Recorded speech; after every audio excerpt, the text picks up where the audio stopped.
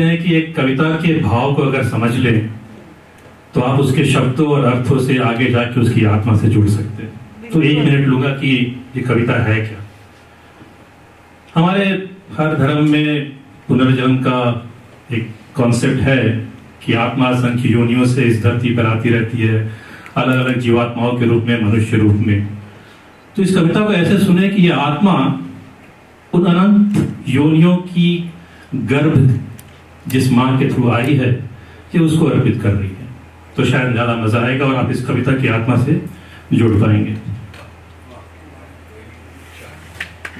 कविता का शीर्षक है मां। अस्तित्व का सारांश हो, अंत की शुरुआत हो, पहली धड़कन, पहली शैया, पहला एहसास हो, पहला शब्द, पहला निवाला, पहला विश्वास हो। मुझ अनजान पथिक का यहां पहला निवास हो। मेरी मां हो तुम, मेरा पंच तत्व हो तुम, मेरी प्रकृति, मेरा रूप, मेरा तीनों गुण हो तुम, मेरा ज्ञान, मेरी बुद्धि, मेरा अभिमान हो तुम। 9 मासों का कोख हो, 9 रातों की दुर्गा हो, नवग्रह, नवरस, नवद्वार, नवरत्न हो। कुछ है ही नहीं मेरा जो तुझसे अलग हो।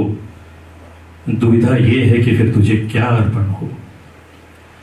बस ये कर्म और उसके पाप पुण्य मेरे हैं।